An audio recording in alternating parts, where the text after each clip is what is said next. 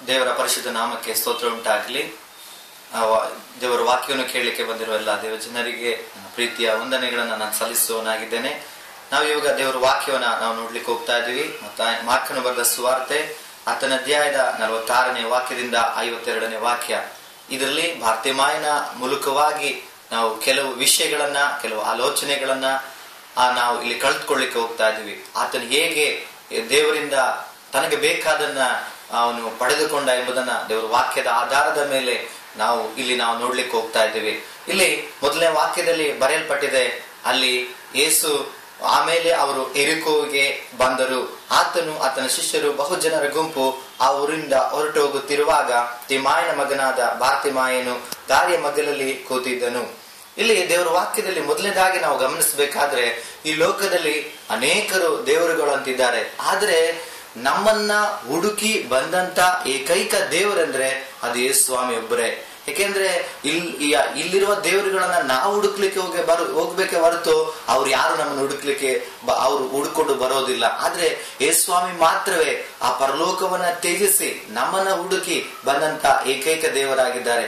ಕಾರಣ ಇಷ್ಟೇ, ಆತನು ನಿಮ್ಮೆಲ್ಲರ ಸೃಷ್ಟಿಕರ್ತನಾಗಿದ್ದಾನೆ. ಹಲ್ಲೆಲೂಯಾ. ದೇವರು ನಿಮ್ಮನ್ನ ಆಶೀರ್ವದಿಸಲಿ. ಅಲ್ಲಿ ದೇವರ ವಾಕ್ಯದಲ್ಲಿ ಬರೆಯಲ್ಪಟ್ಟಿದೆ, ಆತನು ಕುರುಡ ಭಿಕ್ಷುಗಾರನೆಂಬುದಾಗಿ. ಈ ವಾಕ್ಯದಲ್ಲಿ ನಾವು ಗಮನಿಸಬೇಕಾದ್ರೆ, ಅವನು ಮೊದಲನೇದಾಗಿ ಕುರುಡನಾಗಿದ್ದಾನೆ, ಎರಡನೇದಾಗಿ ಅವನು ಭಿಕ್ಷೆ ಮಾಡ್ತಾ ಇದ್ದಾನೆ. ಅವನಿಗೆ ಒಂದು ಸಮಸ್ಯೆ ಇದೆ, ಅದು ಕುರುಡುತನ. ನಮಗೂ ಕೂಡ ನಮ್ಮ ಜೀವಿತದಲ್ಲಿ ಅನೇಕ ಕಷ್ಟಗಳಿರ್ಬೋದು, ಸಮಸ್ಯೆಗಳಿರ್ಬೋದು, ರೋಗಗಳಿರ್ಬೋದು, ಚಿಂತೆಗಳಿರ್ಬೋದು. ಯಾರು ನಮ್ಮನ್ನ ಪ್ರೀತಿಸದೆ ಇರುವವರು, ನಮ್ಮನ್ನ ಯಾರು ಪ್ರೀತಿಸ್ತಾ ಇಲ್ಲ, ನಮ್ಮನ್ನ ಯಾರು ನೋಡ್ಕೊಳ್ಳೋರಿಲ್ಲ, ನಮ್ಗೆ ಯಾರು ಈ ಲೋಕದಲ್ಲಿ ದಯೆ ತೋರಿಸೋರಿಲ್ಲ ಅಂತ ನೀವು ಚಿಂತೆ ಮಾಡ್ತಾ ಇರ್ಬೋದು. ಪ್ರಿಯರೇ, ಒಂದು ಮಾತ್ರ ನೀವು ಯೋಚನೆ ಮಾಡಿಕೊಳ್ಳ್ರಿ, ಯೇಸು ಸ್ವಾಮಿ ನಿಮ್ಮನ್ನ ಎಲ್ಲರಿಗಿಂತ ಆತನು ಪ್ರೀತಿ ಮಾಡುವವನಾಗಿದ್ದಾನೆ. ಏಕೆಂದ್ರೆ ಆತನು ಪ್ರೀತಿ ಸ್ವರೂಪನಾದ ದೇವರೆಂಬುದಾಗಿ ದೇವರ ವಾಕ್ಯದಲ್ಲಿ ಬರೆಯಲ್ಪಟ್ಟಿದೆ. ಅದರಿಂದ ನೀವು ಯಾವ ಕಾರಣಕ್ಕೂ ಸೋತೋಗ್ಬೇಡ ಪ್ರಿಯ ಜನರೇ. ಯಾಕೆಂದ್ರೆ ನಮ್ಮನ್ನ ಪ್ರೀತಿ ಮಾಡುವ ಒಬ್ಬ ದೇವರು ಆತನು ಯೇಸು ಸ್ವಾಮಿ ಆಗಿದ್ದಾನೆ. ನಂತರ ನಾವು ನೋಡುವಾಗ ಅವನು ಆ ಮಾರ್ಗದಲ್ಲಿ ಹೋಗುತ್ತಾ ಇರುವಂತದ್ದು ಯೇಸು ಸ್ವಾಮಿ ಎಂಬುದಾಗಿ ತಿಳಿದು ಅವನು ಅಲ್ಲಿ ಕೂಕ್ಕೊಳ್ಳಿಕ್ಕೆ ಪ್ರಾರಂಭ ಮಾಡ್ತಾ ಇದ್ದಾನೆ. ನಜರೇತಿನ ಯೇಸುವೆ, ನನ್ನನ್ನು ಕರುಣಿಸಿ ಎಂಬುದಾಗಿ ಅವನು ಕೂಕ್ಕೊಂಡಿದ್ದನ್ನ ದೇವರ ವಾಕ್ಯದಲ್ಲಿ ನಾವು ಗಮನಿಸಬಹುದಾಗಿದೆ. ಆಗ ಆತನು ಕೂಕ್ಕೊಂಡಿದ್ದನ್ನ ಗಮನಿಸಿದಂತ ಆತನ ಜೊತೆಯಲ್ಲಿದ್ದಂತ ಜನರು ಆತನನ್ನ ಗದರಿಸ್ತಾ ಇದ್ದಾರೆ, ಸುಮ್ಮನಿರು ಅಂತ ಹೇಳ್ತಾ ಇದ್ದಾರೆ. ಪ್ರಿಯ ದೇವ ಜನರೇ, ಈ ವಾಕ್ಯ ನಾವು ಗಮನಿಸುವಾಗ ನಾವು ಉನ್ನತ ಸ್ಥಾನಕ್ಕೆ ಬರ್ಬೇಕಾದ್ರೆ ನಮ್ಮನ್ನು ಕಾಲೆಳೆಯುವ ಜನಗಳು ಬೇಕಾದಷ್ಟಿದ್ದಾರೆ. ನಾವು ಒಳ್ಳೆದನ್ನು ಮಾಡ್ಲಿಕ್ಕೆ ಹೋದಾಗ ನಮ್ಮನ್ನು ಹೀಯಾಳಿಸೋರು ತುಂಬಾ ಜನ ಇರ್ತಾರೆ. ನಾವೇನಾದ್ರೂ ಒಳ್ಳೆದನ್ನು ಹೊಂದ್ಕೊಳ್ತಾ ಇರುವಾಗ ಅಸೂಯೆ ಪಡೋರು ಬಹಳ ಜನ ಇರ್ತಾರೆ. ಪ್ರಿಯರೇ, ಆದ್ರಿಂದ ನೀವು ಯಾವುದಕ್ಕೂ ಸೋತು ಹೋಗೋದು ಬೇಡ. ಏಕೆಂದ್ರೆ ನಮ್ಮ ಗುರಿ, ನಮ್ಮ ದೃಷ್ಟಿ ನಾವು ದೇವರ ಮೇಲೆ, ಯೇಸು ಸ್ವಾಮಿ ಮೇಲೆ ಇಡಬೇಕಾಗಿದೆ. ಏಕೆಂದ್ರೆ ಅವನು ಜನಗಳ ಮೇಲೆ ಭರವಸೆ ಇಟ್ಟಿರ್ಲಿಲ್ಲ, ಅವನು ಯಾರನ್ನು ನಾವು ನಂಬಿರ್ಲಿಲ್ಲ. ಅವನು ನೋಡ್ತಾ ಇದ್ದಾನೆ, ಯೇಸು ಸ್ವಾಮಿಯಿಂದ ನಾನು ಪಡ್ಕೊಳ್ಬೇಕೆಂಬ ಒಂದು ಗುರಿಯಲ್ಲಿ, ಒಂದು ಉದ್ದೇಶದಲ್ಲಿ, ಒಂದು ದೃಢ ವಿಶ್ವಾಸದಲ್ಲಿ ಯೇಸು ಸ್ವಾಮಿನ ಅವನು ಕರೀತಾ ಇದ್ದಾನೆ. ಆಗ ಅಲ್ಲಿ ನೋಡ್ರಿ, ಅಲ್ಲಿ 49ನೇ ವಾಕ್ಯದಲ್ಲಿ ನೋಡಬಹುದು, ಆಗ ಯೇಸು ನಿಂತು ನೋಡಿ ಅವನು ದಯಮಾಡಿ ಕ್ಷಮಿಸಿ, ಅಲ್ಲಿ ಮತ್ತೊಂದು ವಾಕ್ಯ ನಾವು ಗಮನಿಸುವಾಗ ಅವ್ರು ಸುಮ್ಮನಿರು ಅಂತ ಹೇಳಿದ್ರು ಕೂಡ ಅವನು ಮತ್ತೆ ಅವನು ಕೂಗ್ಲಿಕ್ಕೆ ಪ್ರಾರಂಭ ಮಾಡ್ತಾ ಇದ್ದಾನೆ. ಪ್ರಿಯರೇ, ನಾವು ಜೀವನದಲ್ಲಿ ಬೀಳುವಂತದ್ದು ಸಾಮಾನ್ಯ. ಯಾಕೆಂದ್ರೆ ಈ ಜೀವನವೇ ಹಾವು ಏಣಿ ಆಟ ಇದ್ದಂಗೆ. ಆದ್ರೆ ನಾವು ಬಿದ್ದಾಗ ಸುಮ್ಮನೆ ನಾವು ಬಿದ್ದಿರಬಾರ್ದು ಪ್ರಿಯರೇ. ನಾವು ಎದ್ದು ಇನ್ನೂ ಹೆಚ್ಚಾಗಿ ನಾವು ಬಲದಿಂದ ನಾವು ಓಡುವುದಾದ್ರೆ ಖಂಡಿತವಾಗಿ ಯಶಸ್ಸು ಎಂಬುದು, ನಮ್ಗೆ ಆಶೀರ್ವಾದ ಎಂಬುದು ಖಂಡಿತ ನಮಗೆ ಸಿಕ್ಕುವಂತದ್ದಾಗಿದೆ. ಅದೇ ರೀತಿ ಬಾರ್ತಿಮಾಯನ್ ಮಾಡ್ತಾ ಇದ್ದಾನೆ ನೋಡ್ರಿ. ಅವರೆಲ್ಲ ಸುಮ್ಮನಿರು ಅಂತ ಹೇಳಿದ್ರು ಕೂಡ ಅವನು ಸುಮ್ಮನಿರದೆ ಮತ್ತೊಂದು ಸರಿ ಇನ್ನು ಹೆಚ್ಚಾಗಿ, ಅಲ್ಲಿ ವಾಕ್ಯ ಬರೆಯಲ್ಪಟ್ಟಿದೆ, ಮತ್ತಷ್ಟು ಹೆಚ್ಚಾಗಿ ಅವನು ಕೂಗಿಕೊಂಡನು ಎಂಬುದಾಗಿ. ಅವನು ಮತ್ತಷ್ಟು ಹೆಚ್ಚಾಗಿ ಕೂಗಿಕೊಂಡ ಕೂಗು ಅಲ್ಲಿ ವಾಕ್ಯ ಬರೆಯಲ್ಪಟ್ಟಿದೆ 49ನೇ ವಾಕ್ಯದಲ್ಲಿ, ಆಗ ಯೇಸು ನಿಂತು ಎಂಬುದಾಗಿ. ಇಂಗ್ಲಿಷ್ ಬೈಬಲ್ ಬರೆಯಲ್ಪಟ್ಟಿದೆ, ಈ ಬಿ ಸ್ಟಿಲ್ ಎಂಬುದಾಗಿ. ಅಂದ್ರೆ ಆತನು ನಿಂತನು. ನಾವು ಮಾಡುವ ಪ್ರಾರ್ಥನೆ, ನಾವು ಕೂಗುವ ಕೂಗು ಯೇಸು ಸ್ವಾಮಿನ ನಿಂತ್ಕೊಳ್ಳುವಾಗೆ ಮಾಡ್ತದೆ ಪ್ರಿಯರೇ. ಯಾಕೆಂದ್ರೆ ಭಕ್ತರ ಪ್ರಾರ್ಥನೆಯನ್ನು ಕೇಳದೆ ಹೋಗುವ ದೇವರು ಆತನಲ್ಲ. ಯಾಕೆಂದ್ರೆ ದೇವರ ವಾಕ್ಯದಲ್ಲಿ ಯೆಶಾಯನ ಬರೆದ ಪತ್ರಿಕೆಯಲ್ಲಿ ಬರೆಯಲ್ಪಟ್ಟಿದೆ, ನಾವು ಕೂಗುವ ಕೂಗಿಗೆ ಕೇಳಿಸದಂತೆ ಆತನ ಕಿವಿ ಕಿವುಡಲ್ಲ ಎಂಬುದಾಗಿ. ಯಾಕೆಂದ್ರೆ ಆ ಕಿವಿಗೊಡುವ ದೇವರು ನಿಮ್ಮ ದೇವರಾಗಿದ್ದಾನೆ. ಆತನ ಹೆಸರು ಯೇಸು ಸ್ವಾಮಿ. ಆಗ ನಿಂತು ಅವನನ್ನ ಕರೆಯಿರಿ ಅಂತ ಹೇಳ್ತಾ ಇದ್ದಾರೆ. ಯಾರಿಗೆ? ಯಾರು ಸುಮ್ಮನಿರು, ಯಾರು ಗದರಿಸಿದ್ರೋ ಅವ್ರನ್ನ ಕರೆಯಿರಿ ಅಂತ ಹೇಳ್ತಾ ಇದ್ದಾರೆ. ಹೌದು ಪ್ರಿಯರೇ, ಯಾರು ನಮ್ಮನ್ನ ದೂಷಿಸ್ತಾರೋ, ಅವಮಾನ ಮಾಡ್ತಾರೋ ಅವ್ರ ಮುಂದೆ ಯೇಸು ಸ್ವಾಮಿ ನಮ್ಮನ್ನ ಸನ್ಮಾನಿಸುವ ದೇವರಾಗಿರ್ತಾರೆ. ಅವನು ಆಗ ಅವರು ಬಂದು ಅವನ ಕರೀತಾ ಇದ್ದಾರೆ.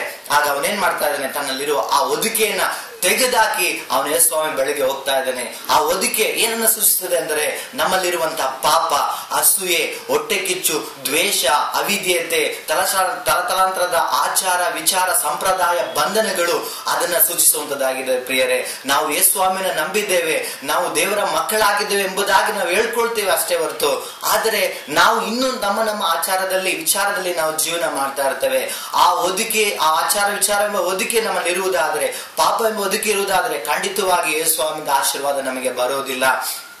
ಅದರಿಂದ ಪ್ರಿಯರೇ, ಆ ಹೊದಿಕೆ ನಾವು ತೆಗೆದುಹಾಕಿ ಯೇಸು ಸ್ವಾಮಿ ಬಳಿಗೆ ನಾವು ಹೋಗುವುದಾದ್ರೆ ಖಂಡಿತ ನಮ್ಗೆ ಆಶೀರ್ವಾದ ಸಿಗುವಂತದ್ದಾಗಿದೆ. ಆಗ ಯೇಸು ಸ್ವಾಮಿ ಕೇಳ್ತಾ ಇದ್ದಾರೆ, ನಾನು ನಿನಗೆ ಏನ್ ಮಾಡ್ಬೇಕೆಂಬುದಾಗಿ. ಹಾಗಾದ್ರೆ ಯೇಸು ಸ್ವಾಮಿಗೆ ನಮ್ಮ ಅಗತ್ಯತೆಗಳು, ನಮ್ಮ ಕಷ್ಟಗಳು ಗೊತ್ತಿಲ್ವಾ? ಖಂಡಿತವಾಗಿ ಗೊತ್ತುಂಟು. ಯಾಕಂದ್ರೆ ದೇವರ ವಾಕ್ಯ ಹೇಳುತ್ತದೆ, ನಾವು ನಮ್ಮ ಬೇಡಿಕೊಳ್ಳುವುದಕ್ಕಿಂತ ಮುಂಚೆ ನಮ್ಮ ಅಗತ್ಯಗಳನ್ನು ಬಲ್ಲ ದೇವರು ಆತನಾಗಿದ್ದಾನೆ ಎಂಬುದಾಗಿ. ಆದ್ರೆ ನಾವು ಏನು ಕೇಳ್ತೀವೋ ಅದ್ರ ಮೇಲೆ ಆತನು ಆಶೀರ್ವದಿಸುವ ದೇವರಾಗಿದ್ದಾನೆ. ಅದನ್ನ ಪ್ರಿಯರೇ, ನಾವು ಕೇಳುವಾಗ ಅವನು ಕೇಳ್ತಾ ಇದ್ದಾನಲ್ಲಿ ಕುರುಡನು, ನನಗೆ ಕಣ್ಣು ಬರಬೇಕು ಸ್ವಾಮಿ ಎಂಬುದಾಗಿ. ಇಲ್ಲಿ ಎರಡು ವಿಷಯ ನಾವು ಗಮನಿಸಬಹುದು. ಮೊದಲನೇದಾಗಿ ಅವನು ದಾವಿದ ಕುಮಾರನೇ ಕರುಣಿಸಿ ಎಂಬುದಾಗಿ ಅವನು ಕೂಗ್ತಾ ಇದ್ದಾನೆ. ಆದ್ರೆ ಯೇಸು ಸ್ವಾಮಿ ಬಳಿಗೆ ಬಂದಾಗ ಅವನು ತನ್ನ ಕಷ್ಟಕ್ಕಾಗಿ ಅವನು ಪ್ರಾರ್ಥನೆ ಮಾಡಿಕೊಳ್ತಾ ಇದ್ದಾನೆ. ಹೌದು ಪ್ರಿಯರೇ, ನಾವು ದೇವರ ಹತ್ರ ಹೋಗುವಾಗ, ಯೇಸು ಸ್ವಾಮಿ ಬಳಿಗೆ ಹೋಗುವಾಗ ಎರಡು ವಿಷಯಗಳು ನಾವು ಮನನ ಮಾಡಿಕೊಳ್ಬೇಕು. ಒಂದು, ನಾವು ಪ್ರಾರ್ಥನೆ ಮಾಡಿ ಕುಳಿತುಕೊಳ್ಳುವಾಗ ನಾವು ದೇವರನ್ನ ಸ್ತುತಿಸಿ ಆರಾಧಿಸಿ ದೇವರನ್ನ ಮಹಿಮೆ ಪಡಿಸಬೇಕು.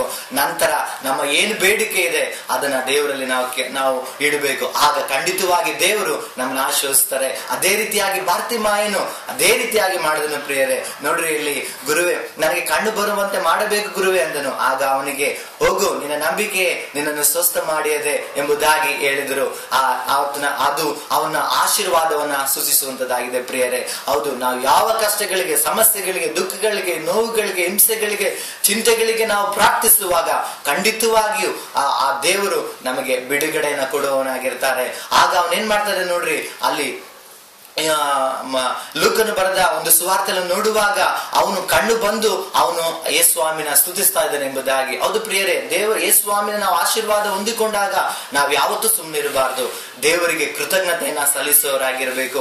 ಆ ಕೃತಜ್ಞತೆಯನ್ನ ಸಲ್ಲಿಸಿದಾಗ ದೇವರು ನಿಜವಾಗಿಯೂ ಸಂತೋಷ ಪಡುವವರಾಗಿರ್ತಾರೆ. ಆ ನಂತರ ನೋಡ್ರಿ, ಅದೇ ಲೂಕನು ಬರೆದ ಸುವಾರ್ತೆಯಲ್ಲಿ ನೋಡ್ಬೋದು, ಅವನು ಸ್ತುತಿಸಿದ್ದು ಮಾತ್ರವಲ್ಲ, ಆ ಜನರು ಕೂಡ ನಡೆದ ಘಟನೆಯನ್ನ ನೋಡಿ ದೇವರನ್ನ ಕೊಂಡಾಡಿದ್ರು ಎಂಬುದಾಗಿ. ಪ್ರಿಯರೇ, ದೇವರಿಂದ ನಾವು ಆಶೀರ್ವಾದ ಹೊಂದುವಾಗ ನಮಗೂ ಕೂಡ ದೇವರು ಎಲ್ಲರ ಮುಂದೆ ಮಾನಿಸ್ತಾರೆ. ಅಷ್ಟೇ ಅಲ್ಲ, ಜನರು ಕೂಡ ನಮ್ಮಿಂದ ಯೇಸು ಸ್ವಾಮಿ ಕೂಡ ಮಹಿಮೆ ಹೊಂದುವರಾಗಿರ್ತಾರೆ. ಖಂಡಿತವಾಗಿಯೂ ಇದು ಬಾರ್ತಿಮಾಯನಿಂದ ಕಲಿತಂತ ನಾವು ಪಾಠವಾಗಿದೆ. ಪ್ರಿಯರೇ, ನಿಜವಾಗಿಯೂ ಈ ಒಂದು ಸಂದೇಶವನ್ನು ಆಲಿಸ್ತಾ ಇರೋ ಪ್ರಿಯ ದೇವ ಜನರೇ, ಖಂಡಿತವಾಗಿ ಯೇಸು ಸ್ವಾಮಿ ನಿಮ್ಮನ್ನ ಹೆಚ್ಚಾಗಿ ಆಶೀರ್ವದಿಸ್ತಾರೆ. ಏಕೆಂದ್ರೆ ಆತ ನಮ್ಮನ್ನ ಸೃಷ್ಟಿ ಮಾಡಿದ ಸೃಷ್ಟಿಕರ್ತನಾಗಿದ್ದಾನೆ.